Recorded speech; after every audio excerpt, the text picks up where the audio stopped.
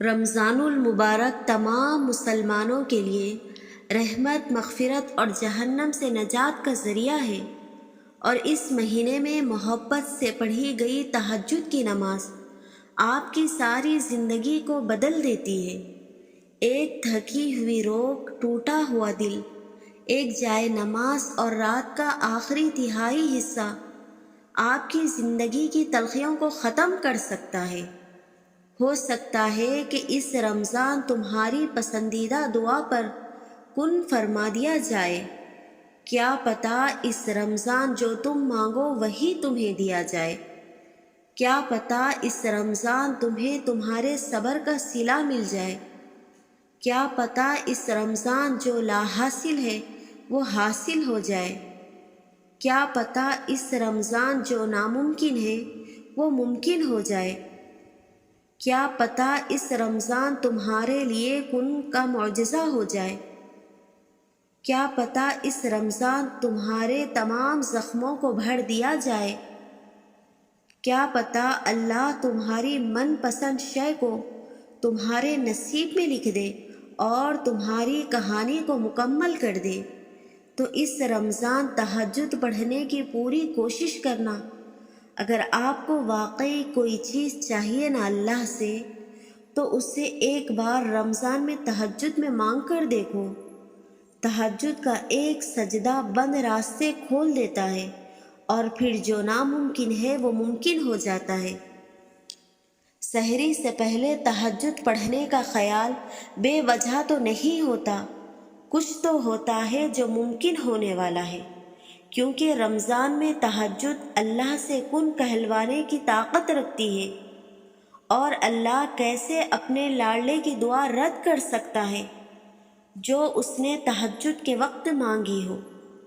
اگر وہ نیند سے اٹھا کر تمہیں تہجد کے سجدے کی طرف کھینچ کر لا رہا ہے تو تم بھی امید رکھو، کیونکہ ابھی بھی کچھ بھی نہیں بگڑا۔ تہجد پڑھنے والوں کی وہ خواہشات بھی پوری ہو جاتی ہیں جن خواہشات کا ذکر انہوں نے اپنے آپ سے بھی نہ کیا ہوتا۔ تہجد میں مانگی گئی دعائیں تو سیدھا عرش پر جاتی ہیں۔ مخلصی سے مانگی ہوئی دعائیں تمہاری تقدیر بدل دیتی ہیں، اور رمضان میں کیا گیا تمہارا تہجد کا ایک سجدہ تمہاری زندگی مکمل بدلنے کے لیے کافی ہے۔ دعا چاند کو دو ٹکڑوں میں تقسیم کر کے اپنی جگہ سے سرکا سکتی ہے۔ تمہیں کیا لگتا ہے وہ تمہارا مقدر نہیں بدل سکتی؟ جو دعا موسیٰ علیہ السلام کے لیے سمندر کو دو حصوں میں تقسیم کر سکتی ہے، تمہیں کیا لگتا ہے کہ وہ تمہارے لیے ناممکن سے ممکن کے وسیلے پیدا نہیں کر سکتی؟ جو دعا سلگتی ہوئی آگ کو ٹھنڈا کر سکتی ہے، تمہیں کیا لگتا ہے کہ وہ تمہارے اس تڑپتے ہوئے بے قرار دل کو قرار نہیں دے سکتی؟ تمہاری دعائیں وہ سب کر سکتی ہے جو تمہارا مقدر نہیں کر سکتا۔ دعاؤں سے تو رب بھی مل جاتا ہے، تو پھر یہ چاہت بھلا کیا چیز ہے؟ بس تمہیں بھی یہ یقین رکھنا ہے کہ جو اس سے مانگ لیا ہے وہ مل کر رہتا ہے، پھر وہ تمہیں وہاں سے دے گا کہ تم حیران رہ جاؤ گے۔ مشکل اگر بڑی ہے تو بھی تمہیں پریشان ہونے کی ضرورت نہیں ہے، اسے تہجد میں اللہ کے سامنے اظہار کرو۔ بے شک تمہاری مشکل اللہ سے تو بڑی نہیں ہے۔ تہجد بہت افضل عبادت ہے، تبھی تو یہ فرض نہیں کی گئی، کیونکہ فرض عبادت تو انسان اکثر خوف سے بھی پڑھتا ہے، یا یہ سوچ کر پڑھ لیتا ہے کہ اس کا روز محشر سوال کیا جائے گا، مگر تہجد انسان ہر ڈر سے آزاد ہو کر پڑھتا ہے۔ اس میں سوال اور جواب کا خوف نہیں ہوتا، اور نہ یہ سوچا جاتا کہ یہ فرض ہے۔ تہجد عشق کی نماز ہے، اور بس یہ سوچ کر پڑھی جاتی ہے کہ آج اللہ سے ملاقات کرنی ہے، آج اللہ سے بات تب کرنی ہے جب سب سو رہے ہوں گے، جب گفتگو کی آواز اور ہچکیاں لیتا ہوا دل کسی کو دکھائی نہیں دے گا۔ جب دل اللہ کی محبت سے بھر جاتا ہے تب اللہ انسان کے دل میں اتنی تڑپ پیدا کرتا ہے کہ وہ رات کے گھپ اندھیرے میں اپنی سکون دہ نیند چھوڑ کر اللہ سے ملنے آتا ہے۔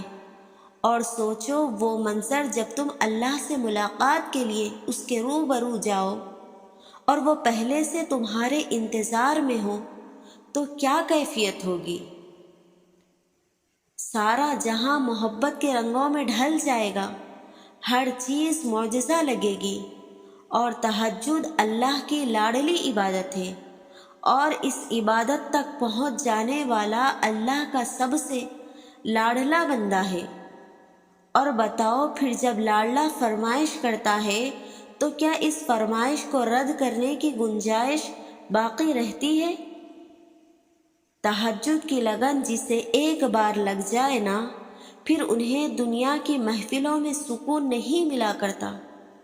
تہجد کی توفیق مل جانا ہی اس کی اور اس میں مانگی جانے والی دعاؤں پر قبولیت کی نشانی ہے۔ تم روشنیوں کے رب کو رات کے اندھیروں میں پکارو، وہ تمہیں بھی معجزوں کی صبح عطا کر کے راضی کر دے گا۔ اے ارض و سما کے مالک، ہمیں تہجد کی توفیق اور اس کی چاہت سے نواز دے۔